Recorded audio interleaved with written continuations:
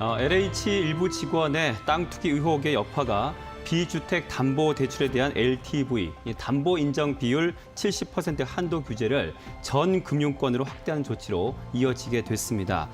그동안 농어민이나 소상공인들이 많이 애용해왔던 토지나 오피스텔, 상가 등 이 비주택 담보 대출에 대한 LTV 한도 규제가 이 농협 등 상호 금융권에서만 적용이 됐었는데 오늘부터는 모든 금융권으로 확대 적용이 됩니다.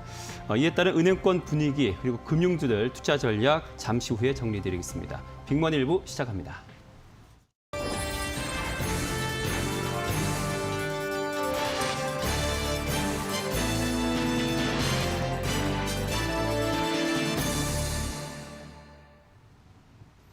네, 오늘부터입니다. 비주택 담보 대출, 그러니까 LTV 규제가 적용된다고 하는데요. 이재 기자. 네, 자, 오늘부터 한 번 더 이제 대출을 조입니다. 가계 부채 이제 관리 방안의 하나다라고 보시면 될 것 같고요. 네. 은행을 포함한 전 금융권에서 이 상가, 토지, 오피스텔, 꼬마 빌딩까지 이제 포함이 되는 네. 개념인데요.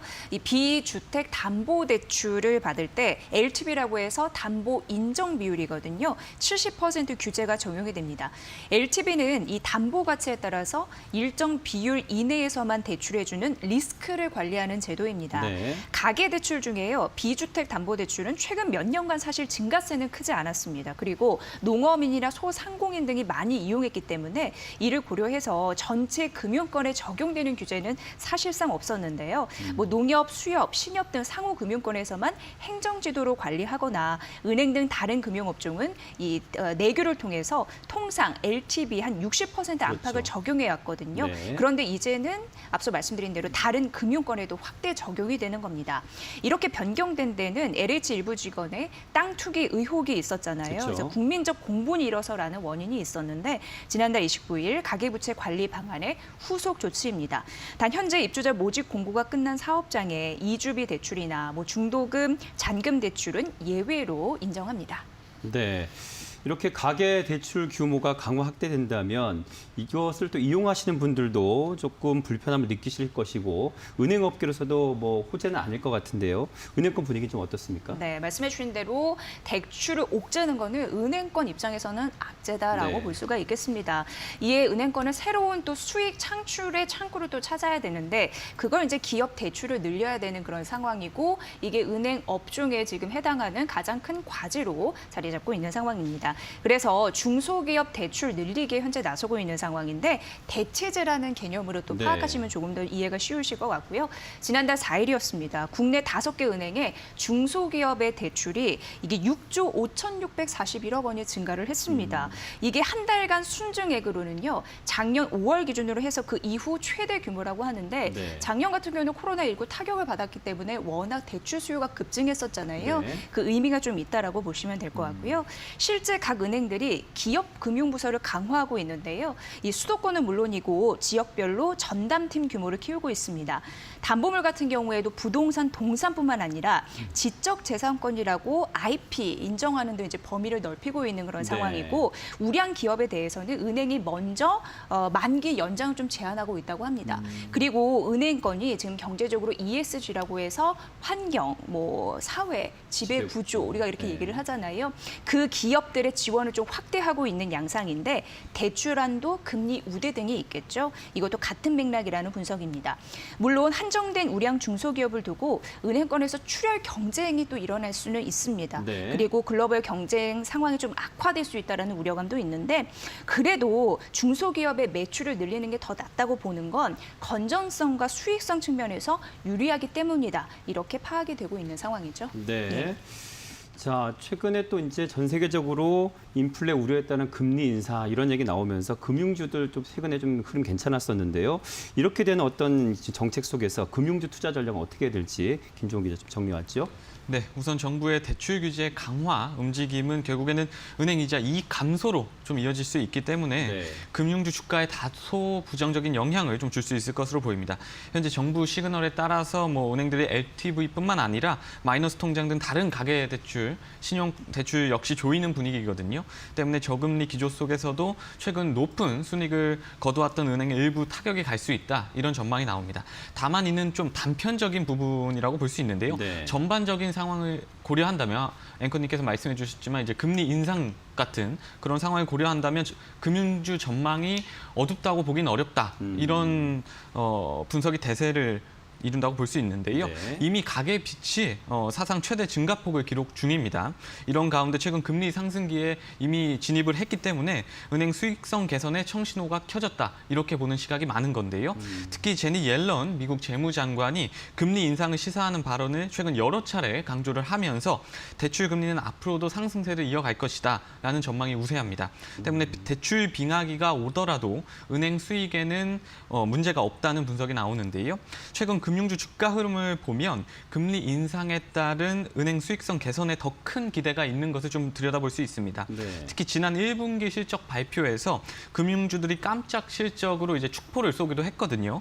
주주 환원 기대감도 커진 데다가 2분기 실적 전망도 좋기 때문에 네. 당분간 은행주가 강세를 이어갈 것으로 보이니까요. 투자에 참고하시면 좋을 것 같습니다. 네. 이 금리 인상 덕은 뭐 금융주뿐 아니죠. 보험사들도 굉장히 좋은 실적을 했는데 이 밖에도 많은 원인이 있는데요. 잠시 후에 정리해 드리겠습니다.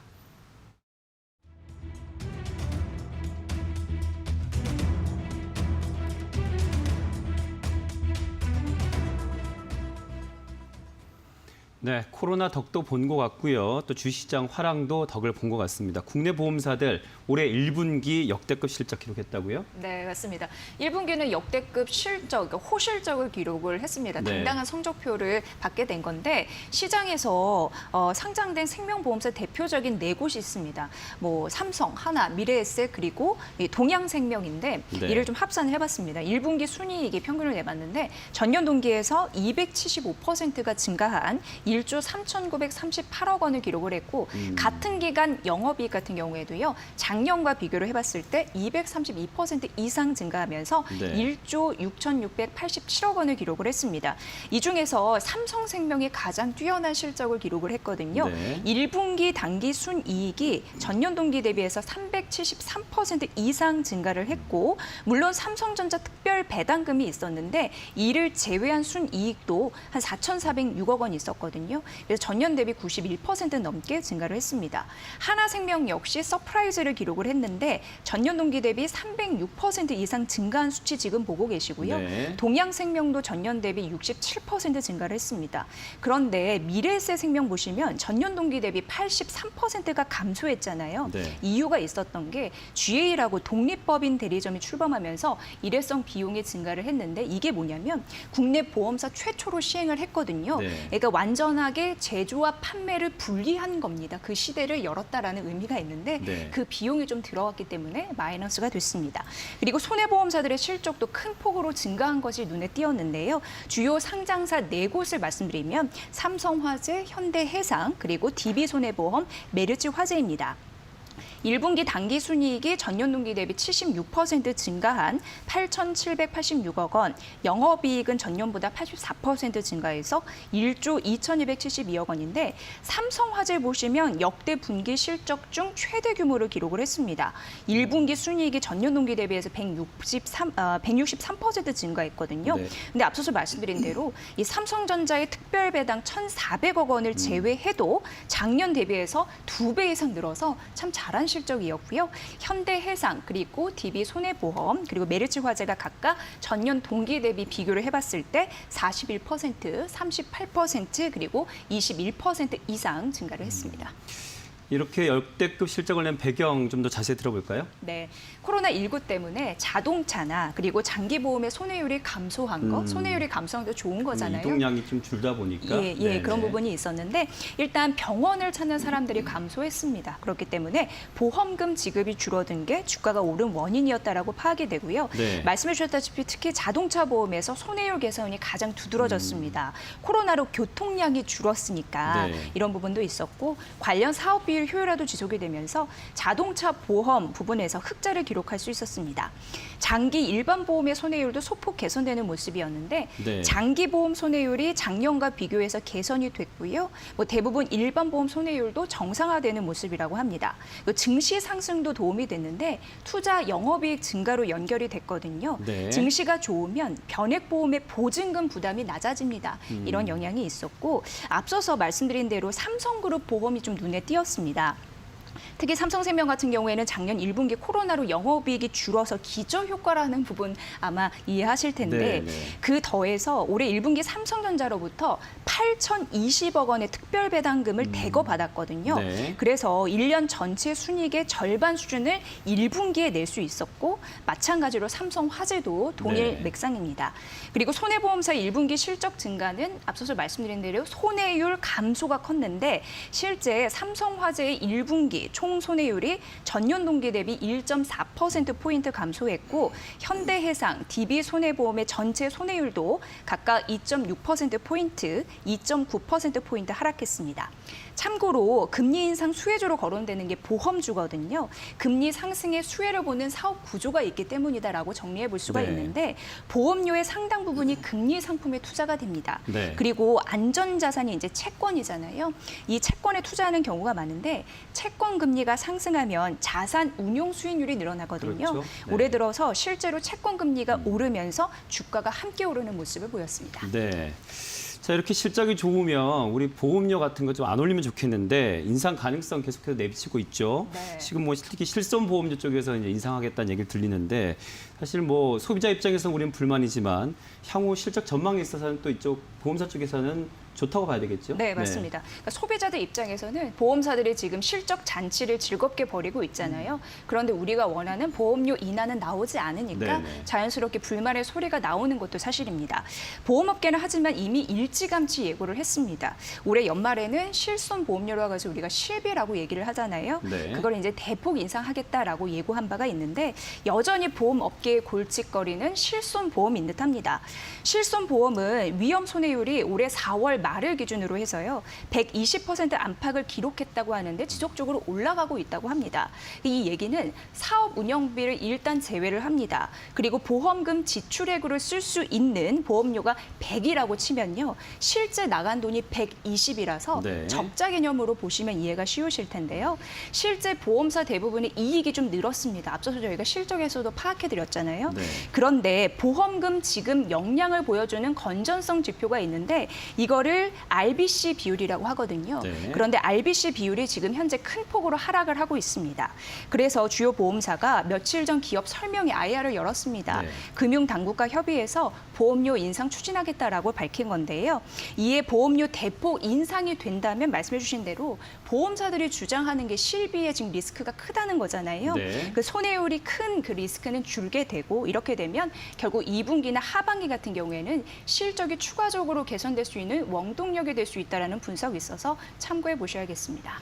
이렇게 실적도 좋고 또 최근 보험주들의 상승세 눈에 띄었었는데 최근에 DB금융투자가 이 하나생명에 대해서 매도 보고서를 냈는데 이게 또 이슈가 되기도 했습니다. 향후 전망이나 투자 전략도 짚어볼까요? 네, 최근 보험주 하면은 가파르게 상승했던 섹터 중에 하나거든요. 앞서서 말씀드린 대로 보험주는 이제 금리 인상의 수혜주였기 때문에 가파르게 올랐습니다. 그런데 고점 찍고 계속 좀 떨어지는 그쵸? 흐름들이 있었거든요. 오늘도 보험 업종은 전체 하락 업종의 탑이에요. 2% 넘게 하락을 하고 있는 상황입니다. 네. 올해 들어서 보험사 주가 가파른 상승으로 말씀드렸다시피 주가 부담은 일정 부분 안고 가고 있었던 상황이고요. 그리고 DB금융투자가 앞서서 잠시 언급을 해드렸지만 하나생명에 대해서 매도 의견을 내놨습니다. 이렇게 일부 증권회사에서 이 특정 보험사에 대해서 매도 의견을 내는 게 이례적인 거거든요. 네. 사실 증권사 자체가 매도 의견을 눈치 보여서 잘 낼 수가 없는 상황인데 또 이렇게 이 관련 기업에 대해서 냈다라는 데에서 시장이 좀 주목을 했습니다. 그런데 이 증권사 리포트를 제가 봤는데요. 제목이 인플레 기대감 반영이 너무 빠르다라고 적혀 있었습니다. 네네. 그러니까 하나생명의 4,000원 내외의 주가가요. 이 연구원은 이렇게 얘기를 하고 있었습니다. 기준금리를 4차례 인상할 가능성을 선반영했다라는 겁니다. 그래서 투자 의견을 하향했던 그런 상황이었는데 또 하나 여러분 이제 주목하고 또 기자들도 많이 기사를 썼던 부분이 한국거래소가 공매도가 가장 많은 종목 탑3를 네. 얘기했는데 이 중에 하나가 하나생명에도 포함이 됐습니다. 하나생명이 지난 거래일이 14일이었잖아요. 네. 6% 이상 급락했고 오늘 장중에도 보시면 아시다시피 3% 이상 장중에 떨어지기도 했는데 그렇죠. 다만 이제 하나생명이 14일 공매도가 92만 주 이상이 나왔거든요. 네. 근데 13일에 비해서 그러니까 14일이 92만 주인데 13일에 비해서는 거래 대금 역시 급감을 해서 이때 공매도 과열 종목에서 좀 미지정되긴 했거든요. 오늘 흐름도 주시를 해보셔야 될 것 같습니다. 어쨌든 이런 악재는 있었는데 대부분의 증권사에서 보험주 투자 가치는 여전히 크다라고 얘기를 하고 있습니다. 네. 이를 잘 살펴드리면 하나생명의 매도 보고서 이슈가 있었잖아요. 근데 이것도 한번 분석을 해보면 이게 보험주의 전체적인 부정적인 시각은 아니었습니다. 그러니까 특정 종목이 과도하게 상승했기 때문이다. 이렇게도 볼 수 있는 거거든요. 실제 보고서 내용도 그렇습니다. 앞서 말씀드린 대로 기준금리의 과도한 상승을 선반영했다라는 내용이지 이게 향후에 보험 업황이 둔화될 것이다를 가르치는 건 아니었거든요. 네. 이 부분도 있었고 오히려 교보증권은 목표 주가를 상향하는 흐름을 보이기도 했습니다. 목표 주가를 25%나 보란 듯이 올려서 네. 5천 원으로 얘기를 했거든요. 시장 금리 상승으로 수익률이 올라갈 것이고 변액보험 중비금 부담이 감소하기 때문에 앞으로 올해 실적 개선 기대감은 이어질 것이다라고 얘기하기도 했습니다. 네. 오늘 유한타증권에서는요. 보험주 전반적인 거에 대해서 섹터 영향을 분석한 보고서를 내놨는데요. 생명보험에서 어닝 서프라이즈가 나와서 이게 결국 배당 수익으로 연결이 될 것이다라고 얘기를 했고요. 손해보험도 기대 이상이다라는 표현을 썼습니다. 네. 보험사들의 호실적 당분간 이어질 것이라는 게 대체적인 중론 아닐까 싶은데요. 네. 물론 1분기에는 미치지 않을 겁니다. 그럼에도 불구하고 금리 상승 기대감이 있고 손해율 감소가 지속이 되다 보니까 이런 부분이 호실적의 배경이 될 것이다라는 판단이었습니다. 자, 오늘 시장에서 삼성, 미래생명은 그래도 상승분을 켜고 있지만 지금 하나생명은 우리 지수 지금 하방세 같이 함께 하고 있네요. 참고하시기 바라고요. 자, 50년 넘게 노조 경영을 이어온 삼성인데 잘하면 또 잘하면이 아닌 거죠. 이게 첫 파업에 대한 가능성이 지금 예고되고 있습니다. 잠시 후 기업인 이슈에서 다뤄보겠습니다.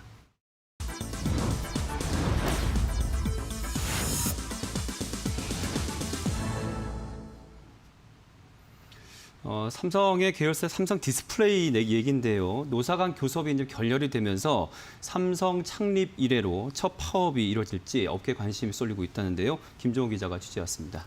네, 삼성하면 이제 창립 후 50년 넘게 네. 무노조 경영을 이어온 대표적인 그렇죠. 기업인데요. 사실 삼성과 노조 이 두 단어 자체가 같이 잘안 있는 것 어울리는, 자체가 잘 안 맞아요. 어울리고 어색할 네. 정도입니다. 네. 그런데 이제 지난해 이재용 삼성전자 부회장이 무노조 경영 폐기 선언을 하면서 삼성 계열사에 공식적인 노조가 줄줄이 들어서고 있고요. 네. 또 노조로서 인정을 또 받고 있는 상황입니다. 그런데 무노조 경영을 폐지한 지 1년도 채 지나지 않아서 삼성 디스플레이가 파업 위기에 지금 처했거든요. 그러자 이를 바라보는 업계 우려도 좀 커지고 있는 상황입니다. 올해 임금 단체 협상, 그러니까 임단협에서 삼성 네. 디스플레이 노조는 기본금 6.8% 인상과 위험수당 현실화 등을 요구를 했습니다. 네. 하지만 회사 측은 기본급을 4.5%밖에 올려줄 수가 없다. 이게 마지노선이다. 우리가 제시할 수 있는 마지막이다. 이렇게 맞서면서 갈등이 좀 커졌고요. 네. 이후에 고용노동부 중앙노동위원회 조정까지 이뤄졌는데 두 번이나 만났다고 해요. 근데 네. 두 번 다 30분을 넘기지 못하면서 결국에는 합의에는 실패를 했고요. 네. 결국 노조가 합법적인 쟁의권, 그러니까 파업을 할 수 있는 합법적인 권리를 또 얻게가 됐습니다. 노조는 더 이상 회사와 대화 대화를 할 수가 없다는, 할 필요가 없다는 입장입니다. 제가 노조 관계자를 좀 인터뷰를 해보니까 회사가 너무 불성실하게 지금 나오고 있다. 네. 노조와 상생을 해야 되는데 그럴 의지가 없어 보인다. 이렇게 얘기를 하더라고요. 그러니까 네. 이미 노조 입장은 파업으로 많이 기울었다. 이렇게 볼 수 있겠는데요. 물론 당장 파업에 돌입하겠다는 것은 아닙니다. 물론 이제 노조가 노조원의 대상으로 진행한 투표에서 쟁의 행위가 이제 가결이 됐기 때문에 파업을 하는 데는 전혀 지장이 없는 상황입니다.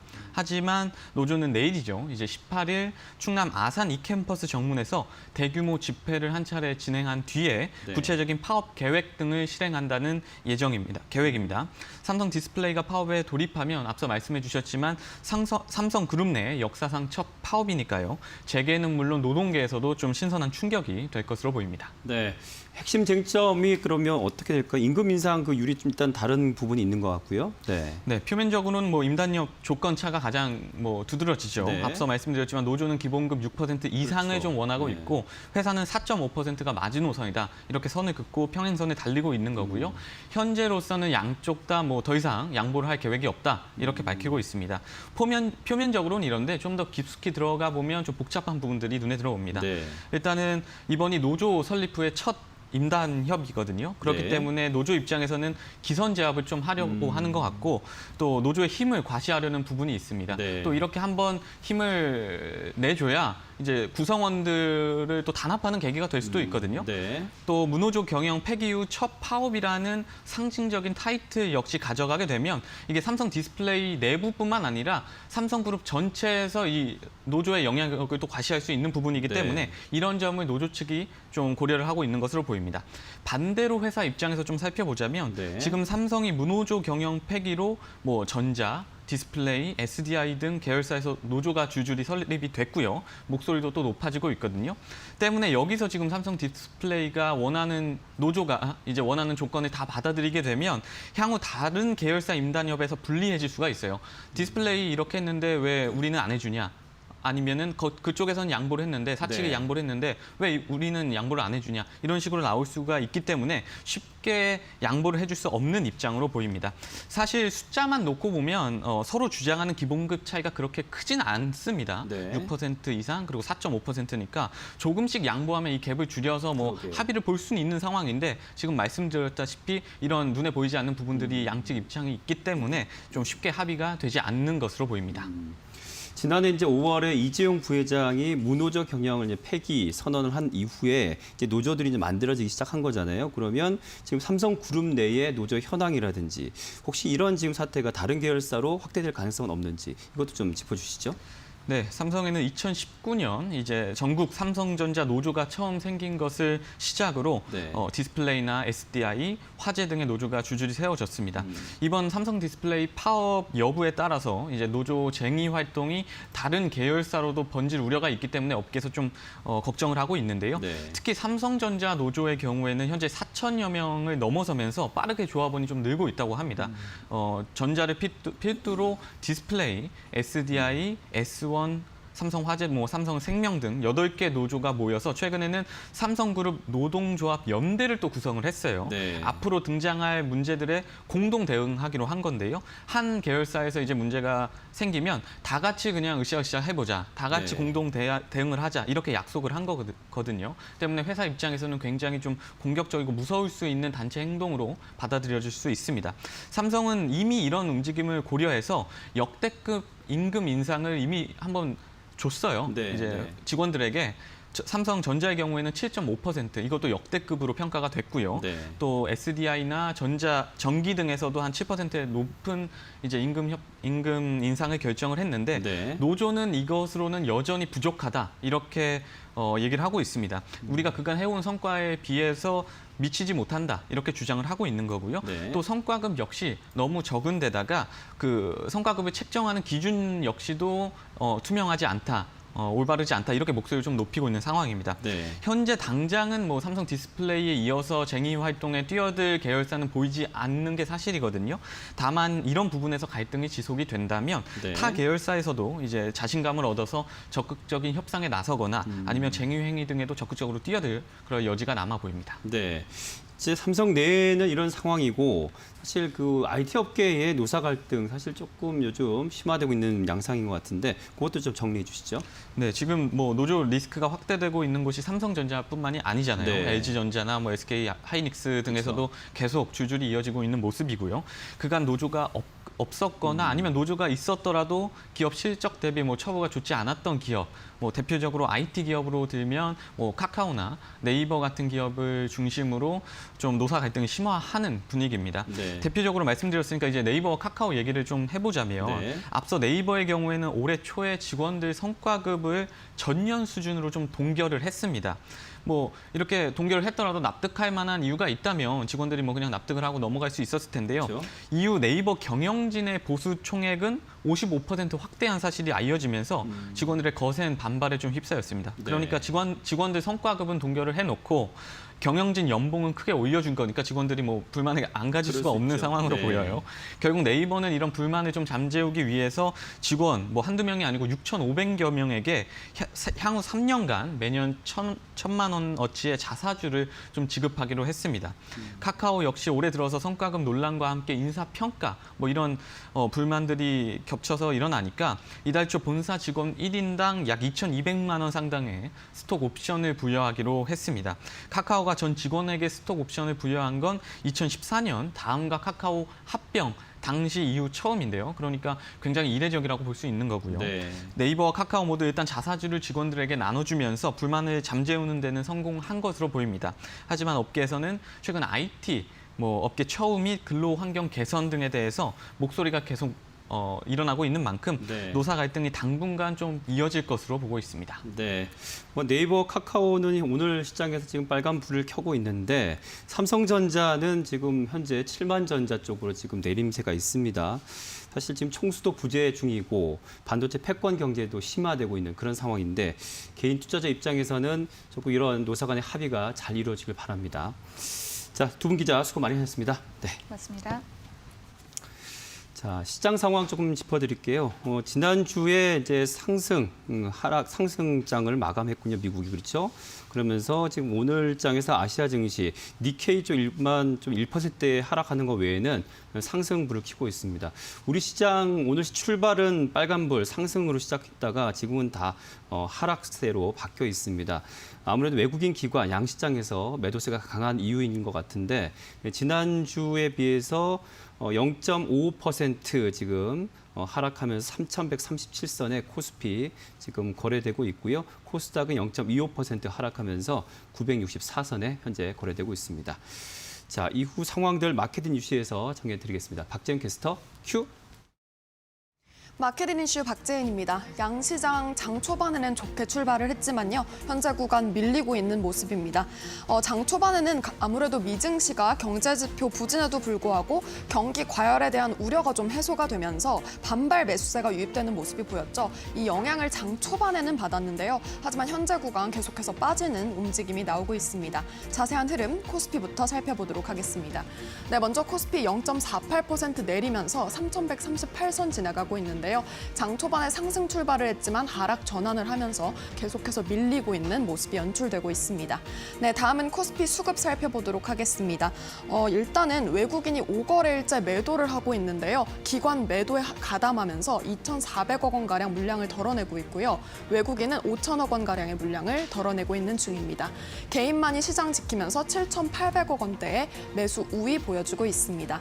네, 다음은 코스닥 흐름 살펴보도록 하겠습니다. 코스닥도 마찬가지로 968선에서 소폭 상승하면서 출발을 했지만요. 현재 구간 계속해서 출렁임 끝에 0.24% 밀린 964선 지나가고 있습니다. 네, 다음은 코스닥 수급 살펴보도록 하겠습니다. 외국인과 기관이 하루 만에 매도로 전환한 모습인데요. 현재 구간 개인이 1,800억 원가량 담아내고 있고요. 기관은 소폭 매도하고 있습니다. 외국인은 1,500억 원가량 매도 우위 보여주고 있습니다. 네, 다음은 오늘장을 움직이고 있는 특징 섹터들 살펴보도록 할 텐데요. 먼저 항공주부터 살펴보도록 하겠습니다. 대한항공의 호실적 영향으로 매기가 확산되는 움직임이 나오고 있는 건데요. 코로나 시국에도 1년 내내 흑자를 기록을 했다고 합니다. 화물 부분이 실적을 이끌었다는 분석과 함께 관련주들 오늘 동반해서 오름세 시현하고 있는데요. 자세한 흐름 살펴보도록 하겠습니다. 네, 먼저 한진칼 9%대 급등 나오고 있고요. 진에어, 티웨이항공, 대한항공, 제주항공은 적게는 1%대, 많게는 4%대 오름세 보여주고 있습니다. 네, 다음 특징 섹터 살펴보도록 하겠습니다. 다음 특징 섹터는 여행주인데요. 항공주 호실적 영향에다가 김부겸 총리의 발언도 긍정적으로 작용하고 있는 것으로 보여집니다. 지난 16일 중대본 회의에서 김부겸 총리는 백신 접종을 했다면 자가격리를 면제하겠다라고 발언을 했는데요. 여행주들 이에 따라서 상승 탄력 받아가고 있습니다. 자세한 흐름 살펴보도록 하겠습니다. 네, 먼저 하나투어 7% 급등 나오고 있고요. 참 좋은 여행도 8%대 급등불 켜내고 있습니다. 모두투어 인터파크, 롯데관광개발은 적게는 4%, 3에서 4%대, 많게는 6%대의 상승불 켜내고 있습니다. 네, 마지막 특징 섹터 살펴보도록 할게요. 마지막 특징 섹터는 코로나19 관련주인데요. 국산 mRNA 백신 개발 지원을 위해서 백신 전문위원회 회의 소식에 상승을 하고 있습니다. 방대본에서는 백신 개발 지원 방향을 결정할 계획이라고 밝히기도 했는데요. 자세한 흐름 살펴보도록 하겠습니다. 먼저 네이처셀은 상한가 행진 이어가고 있고요. 진원생명과학 두 자릿대 급등불 켜내고 있습니다. SK바이오사이언스와 셀리드도 7에서 8%대 급등하고 있고요. 제넥신 3%대 상승 흐름 가져가고 있습니다. 네, 지금까지 마켓인 이슈 박재은이었고요. 권대희 앵커 불러볼게요. 권대희 앵커 큐. 네, 박재현 캐스터 큐 잘 받았습니다. 테마만 이슈 이어갈게요. 코스파트너스의 김남 부대표와 함께합니다. 안녕하십니까? 네, 안녕하세요. 자, 오늘도 유튜브를 통해서 함께하시는 분들 많으신데요. 김남 부대표의 수익률부터 함께 보시겠습니다. 자, 먼저 오늘 장에서도 지금 하방 압력 심한데도 불구하고 콜드체인, 저온 유통 관련주들 상승세가 촉착이 됩니다. 대한과학 우리가 4월 22일 매수 들어가서 고가 대비 30%로 이미 수익 실현을 해냈습니다. 태용로직스 4월 19일 매수해서 57.93%의 수익률, 성광밴드 4월 8일 매수해서 30.76%의 수익률, 그리고 도이치모터스 4월 16일 매수해서 22.55%의 수익률 가져가고 있습니다. 다음은 미래나노텍인데요. 4월 12일 매수해서 고가 대비 18.54%의 수익률, LG U+스 5월 3일 매수해서 고가 대비 13.06%의 수익률, 유진투자증권 4월 26일 매수해서 고가 대비 11.04%의 수익률 가져가고 있습니다. 우진은 5월 13일 지난주에 매수 들어가서 고가 대비 7.02%의 수익률 가져가고 있어요. 다음은 교보증권인데요. 우리 증권주들 지금 두 개 지금 보유하고 있습니다. 5월 6일 매수해서 고가 대비 5.9%의 수익률 보이고 있고, 오성첨단소재 4월 5일 매수해서 4.32%의 수익률, 일진전기 4월 29일 매수해서 고가 대비 3.52%의 수익률, 한창재지 역시 지난주에 매수 들어갔는데요. 5월 11일 매수했습니다. 고가 대비 0.01%의 수익률 보이고 있습니다. 자, 오늘 진짜 이번 주에 장이 이제 시작이 됐는데 출발은 좋았지만 지금 시간이 가면 갈수록 낙폭이 좀 커지는 느낌, 이렇게 마감하지 않을까 좀 우려가 되는데요. 이번 주 시장은 어떻게 좀 바라보고 계십니까? 네, 뭐 인플레이션, 금리 인상에 대한 우려가 우리 증시에서뿐만 아니라 글로벌 증시 전반적으로 이 같은 상황을 같이 겪고 있는 분위기여서 네. 뭔가 시작 출발은 우리 시장부터 좋은 움직임을 보여줬지만 네. 또 중국 시장 개장과 함께 전반적으로 좀 변동성이 확대가 되고 있습니다. 맞습니다. 아무래도 이러한 부분들은 FOMC 회의를 통해서 이제 다가오는 6월 FOMC 회의를 통해서 조금 더 윤곽이 드러나지 않을까. 많은 투자자들이 그때까지는 조금 더 보수적으로 투자를 해야 되겠다라는 뭔가 좀 현금 비중을 올리는 그런 관망성의 투자 전략을 취하고 있는 그런 상황이기 때문에 당분간 이런 변동성은 조금 확대가 될 수 있겠고요. 그렇기 때문에 오히려 시장의 잦은 변동에 일희일비하지 않고 좀 네. 중장기적으로 가져가는 투자 전략과 함께 또 단기적인 변동성에 좀 대비하기 위해서 시장의 움직임하고 상관없이 차별적인 움직임을 보여주는 개별 모멘텀을 보유하고 있는 종목이라든지 아니면 경기 방어주, 이들 종목 중심으로 좀 포트폴리오를 좀 구축해서 가져가야 되지 않을까 이렇게 생각을 하고 있습니다. 네. 연초만 해도 이제 중소형주에 대한 관심을 많이들 전문가들께서 말씀하셨는데 최근의 흐름은 대형주에 대한 포트의 비중을 늘려라 이런 말씀들 많이 하시던데 어떻게 보십니까? 대형주도 대형주 나름이라고 또 네. 말씀을 드려야 될 것 같아요. 그러니까 업종도 상당히 많고 네. 또 이미 선제적으로 또 많이 하락한 종목군들 같은 경우에는 대형주의 경우에도 이번 조정을 마친 이후에 또 기술적인 반등이 또 나타날 수도 있겠죠. 네. 그런데 뭐니 해도 지금 시장이 전반적으로 유동성이 막 들어오는 장세라기보다도 또 공매도 재개와 함께 그렇죠. 또 외인 투자자들은 계속해서 좀 매도를 하고 그렇죠. 있고요. 네. 이런 움직임들이 좀 스탑이 되기 위해서는 뭔가 연준에서의 본격적인 또 움직임이라든지 이런 것들이 좀 시장에서 불안을 좀 불식시킬 수 있는 확실한 좀 발언들이 나오고 난 이후에 우리가 좀 운신의 폭을 좀 그와 함께 같이 가져가야 되지 않을까 이렇게 생각을 하고 있습니다. 분명 지금의 장은 변동성 심하다는 건 개인 투자자들이 대응하기 쉽지 않은 장이 펼쳐지고 있다라고 보여지는데요. 외국인들 투자 오늘도 보면 지금까지 5,400억 원 지금 매도세를 보이고 있는데 이제 아무래도 인플레 우려 때문에 좀 신흥국이나 우리나라 포함한 이런 시장에 대한 위험 자산에 대한 선호 심리 좀 위축이 됐다 이렇게 볼 수 있는 네네. 건가요? 네, 네. 네. 자, 그렇게 좀 참고하시길 바라고 오늘 우리 좀 보유하고 있는 종목들 중에 어떤 종목도 AS 좀 해볼까요? 새 종목을 또 오늘 같은 경우에도 선정을 해봤어요. 이제 네. 지난주 같은 경우에 변동성이 있었던 장이었기 때문에 이제 새 종목의 움직임을 한번 살펴보도록 합니다. 지금 우진 먼저 살펴보도록 우진이요? 할게요. 네. 네, 우진 이제 지난주에 제가 소개를 했었던 맞아요. 네. 종목이었고 또 원전 기술 관련해서 이제 탁월한 또 기술을 가지고 있는 회사인데 전반적으로 이 원전 관련한 업체들이 최근에 한 3, 4년 정도 힘든 시기를 그렇죠. 보내고 있었던 네. 구간이었거든요. 그런데 정부의 탈원전 정책에도 이제 본격적인 변화가 있을 수도 있겠다라는 그런 분석들이 나오고 있기 때문에 그와 함께 이제 제가 포트폴리오에 한번 편입을 했었던 기업입니다. 지금 오늘 시장에서 0.5% 약간의 하락세를 기록을 하고 있음에도 불구하고 전반적인 추세를 이탈을 하는 그런 움직임은 아니고요. 네. 계속해서 동종목 같은 경우에는 4,850원에서 4,000원 후반권 선에서 여러 번 지지를 받고 올라왔었던 상황이었기 때문에 이 가격선을 이탈하지 않는다 그러면 중장기적인 상승 추세 전환을 한번 기대를 하고 네네. 보유를 한번 해보도록 하겠습니다. 두 번째 종목 같은 경우에는 미래 나노텍이에요. 미래 나노텍. 네, 터치패널 관련한 기술을 보유를 하고 있는 기업인데 이 기업은 이제 반대로 지난주 시장 흔들렸음에도 불구하고 21%대 상승을 기록을 했고요. 네. 지난주에 전반적으로 터치패널 관련한 그 종목군들의 상승세가 눈부셨던 그 상황이었어요. 그렇죠. 그리고 나서 네. 이제 오늘 같은 경우에도 역시나 마찬가지로 지지를 받았던 가격대를 이탈하지 않고요. 4,400원대 이탈시키지 않고 오히려 그러한 가격대에서 그 주요 수급을 동반을 해서 지금 올라온 상황인데 역시나 이탈하는 움직임은 아니죠. 그렇기 네. 때문에 동종목도 볼린저 밴드 중심선 4,700원대 이탈하지 않는 선 내에서는 계속해서 목표가까지 홀딩을 한번 해보도록 하겠습니다. 네. 세 번째 기업이 바로 태웅 로직스인데요. 네, 이미 우리 수익률 꽤 많이 지금 높여가고 있는데요. 네. 전반적으로는 물론 이제 중간중간 많이 올라왔기 때문에 변동성은 있을 수 있습니다. 네. 지금 현재 가격권 내에서는요. 그런데 중장기적으로는 아직 시세를 달하지 않았다라고 판단을 했기 때문에 사실 제가 포트폴리오에 여전히 두고 있고요. 네. 대장격이라고 볼 수 있는 HM 같은 경우에는 오늘 시장에서 조금 낙폭을 기록을 네. 하고 있죠. 낙폭을 기록을 하고 있음에도 불구하고 또 변동성이 워낙에 나타나고 있는 그런 상황이기 때문에 약간 유의가 필요하겠지만 태웅 로직스 같은 경우에도 지금 축이 어디서 만들어졌냐면 2차 축이 9,000원 초반권 가격에서 만들어지고 있어요. 네. 9,200원대. 이 가격선을 이탈시키지 않고 이러한 자리에서 지금 계속해서 반등을 시도를 하고 있기 때문에 이러한 추세라고 한다면 그 다음 축은 1,500원에서 11,000원 선에서 만들어지지 않을까라고 생각을 네. 하고 있고요.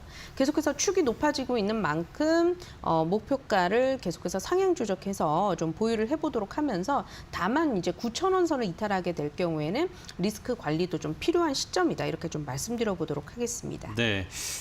최근에 이제 해운우님 지수 높아지고 하면서 해운주 관련해서 계속 급등세가 있었는데 물론 지금 가격 조정이 있지만 그게 또 이제 항공우님 쪽으로 또 이어가서 대한항공이 최근에 또 이렇게 높은 흐름 좀 보이더라고요. 이런 물류나 운임에 대한 부분들은 중장기적으로 계속해서 지켜볼 만하다고 보시는 거죠. 네, 전반적으로 경기가 계속해서 회복을 하고 있는 추세이기 때문에 네. 해상운임 지수도 그렇고 항공운임 지수도 계속해서 좀 올라가고 있는 그렇죠. 상황이긴 네. 한데 해상운임 지수가 급격하게 지금 반등을 했던 상황이었기 때문에 대체 안으로 지금 항공운임과 항공화물과 관련해서 지금 이슈가 또 모아지고 맞아요. 있어요. 그래서 네. 이런 부분으로 오늘은 HMM이 많이 올랐던 이슈를 또 최근 시장에서 또 찾고 있는 거겠죠. 원인을. 네, 네.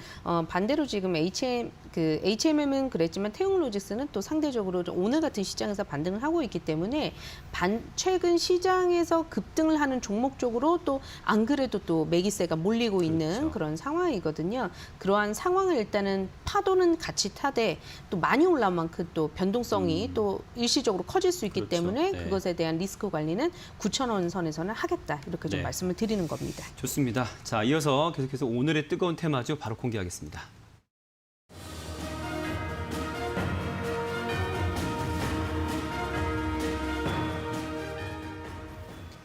네, 진원생명과학 주목해 주셨는데요. 오늘 또 특징주들 살펴보면 또 코로나 치료제 관련 뭐 제약 바이오주들 굉장히 상승세가 대다수 상승하는 모습을 보이고 있고 셀트리온 뭐 형제들도 마찬가지고요. 좀 자세한 이유 좀 들어보겠습니다. 네, 오늘 시장에서 오르는 종목이 몇 가지 없기 때문에 네. 오르는 종목 쪽으로 안 그래도 몰리고 있다 이렇게 맞아요. 말씀을 드리고 네. 있는 거고요. 지금 진원생명과학 같은 경우에는 사실 실적이 아직까지도 이렇게 잘 나오는 기업은 아닙니다. 네. 그리고 이제 항상 진원생명과학이 올랐을 때를 떠올려 보면 뭔가 좀 전염성 질병이 돌 때마다 그때마다 이제 테마격으로 오르곤 했었거든요. 네. 그렇기 때문에 항상 이제 테마주에 지나지 않는다라는 어떤 그런 이슈를 달고 있었어요. 네. 그게 하나의 오명이었죠. 그런데 이 오명을 좀 벗어날 수 있는 본격적인 매출액이 증가될 수 있는 이슈몰이를 지금 하고 있는 거예요. 그 네. 내용을 살펴보면은 유전자 치료제, 메신저 리보핵산 계속해서 최근 시장에서 지금 부각을 받고 있고 맞아요. 정부도 이쪽 관련해서 지금 지원을 아끼지 않겠다라고 얘기가 이제 나왔기 때문에 네. 이 관련주들을 지금 시장에서 찾고 있습니다. 몇몇 기업들이 오르고 있어요. 근데 네. 그 가운데 하나로 진원생명과학이 꼽히고 있고요. 미국 이제 자회사를 통해서 이 메신저 리보핵산을 만드는 핵심 원료가 있습니다. 그게 이제 플라스미드 DNA라고 하는데 이것을 위탁 생산을 미국 자회사가 하고 있는 거예요. 네. 그래서 이제 관련주로 엮이고 있고요. 이렇게 되면 지금 정부가 메신저 리보핵산 같은 경우에는 이제 화이자나 모더나나 이들 그 백신들이 이것을 이제 보통 기반으로 해서 이제 만든 백신들인데 그렇죠? 네. 핵심은 뭐냐면 백신을 생산하는 데 있어서 속도를 아낄 수 있다라는 거예요. 그래서 지금 다급해져 있는 상황이기 때문에 네. 정부도 이쪽 관련해서 이제 지원을 하겠다라고 얘기를 한 거고 또 우리가 CMO 관련한 기업들, 네, 굵직한 네. 기업들 뭐 SK바사나 뭐. 네, 네, 그렇죠. 네. 국내에 이제 여러 보유하고 있기 때문에 실질적인 현실성이 좀 있지 않겠느냐라고 해서 관련주 가운데 진원생명과학 역시도 대두가 되고 있다. 이렇게 좀 말씀드려보도록 하겠습니다. 네, 마침 뭐 상황이 그렇네요. 지금 시장에서도 진현생명과학 그 이어서 SK바이오사이언스 이제 급등세와 순위권을 지금 다투고 있는데 그러면 지금 진홍생명과학 같은 경우에 최근에 뭐 5월 한 6일부터 해가지고 전반적으로 지금 쭉쭉쭉 계속 오르고 있거든요. 네. 이건 매매 전략은 글쎄요, 보유자 의견 또 보유 의견 영역 또 신규 매수 의견 이렇게 좀 구분해서 좀 네. 필요할 것 같아요. 네. 보유자 영역 안에서는 이제 저는 진원생명과학 같은 경우에는 사실 이런 이슈가 없었다고 하면 실적적으로도 아직까지 좀 보여준 것이 좀 미미하고 했기 때문에 약간 좀 리스크 관리 가격을 굉장히 높였을 것 같아요. 네. 그런데 마침 전반적으로 바이오주들이 지난해 여름께 한 차례 크게 오르고 나서 좀 쉬었던 기간 조정 기간도 꽤 길었었던 맞아요. 네. 상황이었고요. 가격 조정도 이제 받았던 상황에서 지금 올라서고 있는데 이 관련한 내용들이 지난 여름에도 한 차례 돌긴 돌았었거든요. 새로운 네. 이슈는 아닙니다만 조금 더 현실화를 앞두고 있다는 점에서 오늘 시장에서 오르고 있고 새로운 본격적인 시세가 시작되려면 사실 진원생명과학으로 봤었을 때는 기술적으로 3만 원에서부터가 이제 본격 시작이다라고 저는 말씀을 드리고 싶어요. 네. 그러니까 지금은 어떻게 보면 24,000원에서 3만 원 구간대는 이런저런 이슈를 다 제하고서라도 기술적인 반등이 나올 수 있는 트레이딩 트레이딩 가능 구간이라고 보고 있는 거고요. 네. 진짜는 3만 원이 돌파될 때부터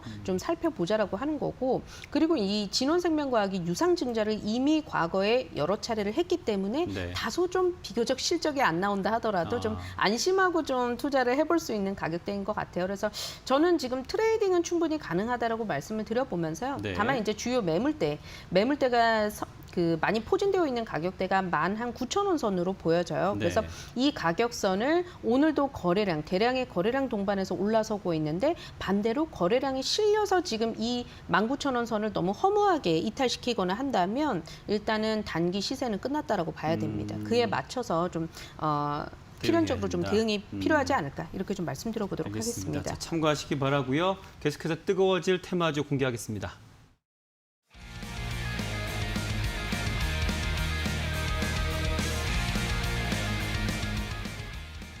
네, 미디어 컨텐츠주를 주목하고 계신데요. 사실 미디어만 봤을 때 또 뭐 SBS 같은 경우 오늘 또 상승 흐름도 좋고 하던데 네. 컨텐츠로 또 가면 여러 종목들이 있습니다. 주목하시는 이유 좀 들어볼까요? 제가 사실 그 테마를 선정을 하는 데 있어서 오늘은 좀 고심을 많이 했어요. 네, 왜냐하면 인플레이션의 공포가 시작이 되면 사실 성장주보다는 그냥 막연한 성장주들 같은 경우에 또 오히려 그 시장의 재물이 될 수 있기 때문에 네네. 어떤 테마를 골라야 될까 좀 고민을 하다가 그래도 개별주들, 좀 잘 올라가는 개별주들 같은 경우에는 최근 시장의 분위기하고 상관없이 나홀로 상승을 보여주는 그런 추세를 타고 있고, 네. 그 가운데에서 이제 몇몇 보여지는 종목군들이 미디어 콘텐츠 관련 업에 속해 있더라고요. 그래서 네. 종목을 먼저 선택을 해놓고 테마를 먼저 뒤에 가서 잡다 보니까 지금 미디어 콘텐츠 관련주를 선택을 하게 됐고요. 그렇군요. 네, 네. 코로나를 일단은 바꿔놨죠. 미디어 콘텐츠가 전반적으로 코로나로 인해서 풍토가 바뀌게 됐고, 그렇기 때문에 이제 시장 자체가 캐파가 커지게 된 상황에서 네. 전반적으로 좀 실적 성장을 노려볼 수 있는 기업들이 몇몇 있어요. 그래서 네. 최근 시장에서도 두각을 나타내는 기업들이 있는데, 그 가운데서 그래도 안정적인 실적 마진을 보유를 하고 있는 기업을 선택을 해봤다. 이렇게 네. 좀 말씀드려보도록 자, 하겠습니다. 앞서 제가 또 말씀드렸지만 뭐 SBS, JYP 엔터도 있고요. 뭐 제작사들도 있고 여러 지금 기업들이 보입니다. 지금 오늘 전반적으로 키스도 그리고 상승 흐름 다 좋거든요. 이런 흐름 전반적으로 우리는 어떻게 지켜보면 좋을까요? 네, 이들 기업들 같은 경우에는 지난해에 사실 많이 오르질 못했어요. 그렇죠. 네. 그리고 이제 올해 대다수의 종목군들이 지난해 대비해서 한 차례 레벨업이 된 상황에서 시가총액들을 많이들 보시게 되거든요. 근데 아무리 실적이 좋고 하더라도 시가총액이 5천억, 6천억 더 올라갈 범위가 있을까? 많은 분들이 이런 실질적인 고민을 하게 돼요. 그런데 네. 콘텐츠 관련주들 같은 경우에는 시가총액이 1,000억 미만인 기업들이 꽤 많다더라. 그리고 시장의 업황이 이렇게 분위기가 바뀌어가고 있는데, 이것으로 인해서 앞으로 조금씩 성장을 해 나간다면 시총 2천억, 3천억까지는 올라갈 수 있지 않을까라는 네, 기대감들이 모여지고 있고요. 그 가운데에서 투자 경고 종목이기는 합니다만, 캐리소프트 같은 경우에는 4월 후반 들어서서 본격적으로 오르기 시작했어요. 네. 그래서 오르기 이전의 가격대가 5,000원인데 최근 오늘 시장만 하더라도 고점 가격대가 24,000원대니까 거의 바닥에서 4-5배에 가까운 이제 상승이 나타나기 시작했다라는 거고요. 네, 네. 이렇게 올랐음에도 불구하고 시가총액이 1,300~400억 정도밖에 하질 않으니까 네. 이러한 부분에 있어서 기술적인 반등 폭을 좀 많은 분들이 좀 노려보실 수 있지 않을까. 대장격인 종목들도 이렇게 아직은 좀 가볍다. 좀 말씀드려야 될 것 같습니다. 자, 대장격인 종목도 이렇게 가벼운 상황인데 우리는 이 중에서도 어떤 종목을 가장 선호하고 계시는지. 네. 그래도 이제 실적 마진은 어느 정도 있어야 될 것 같아요. 네. 그래서 스카이라이프라는 조금 다소 앞서서 대장격 캐리소프트는 가벼운 종목을 선택을 했음에도 불구하고 스카이라이프 조금 더 무거운 종목을 선택을 해봤어요. 네. 이 기업 같은 경우에 시가총액이 이제 4,600억대 KT 그룹 안에 있는 그렇죠. 기업인데, 네. 그동안에는 위성 접시 관련한 DSC 그러니까요. 사업 관련한 그런 뉴스로만 좀 보도되었던 기업이지만요. 최근에 우리가 인기를 얻고 있는 컨텐츠가 있어요. 그 강철 부대. 강철 부대. 그쵸. 저도 박군. 잘 보고 있는데 맞아요. 이 기업이 만들었습니다. 네, 채널 맞아요. A하고 공동 제작을 했고요. 네.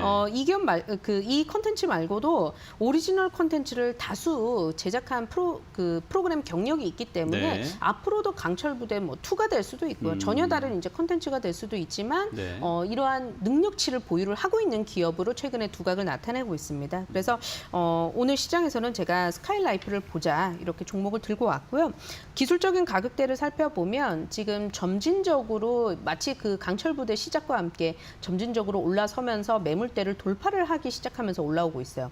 거래량도 실리면서 올라오고 있기 때문에 상당히 좀 신뢰가 있다라고 볼 수 있고, 다만 이제 주요 매물대가요 10,000원 선에 있기 때문에 이 10,000원 선을 돌파를 하기 시작한다면 진가를 드러낼 수 있는 가격대는 10,000원 이후부터다라고 좀 말씀드려보도록 하겠습니다.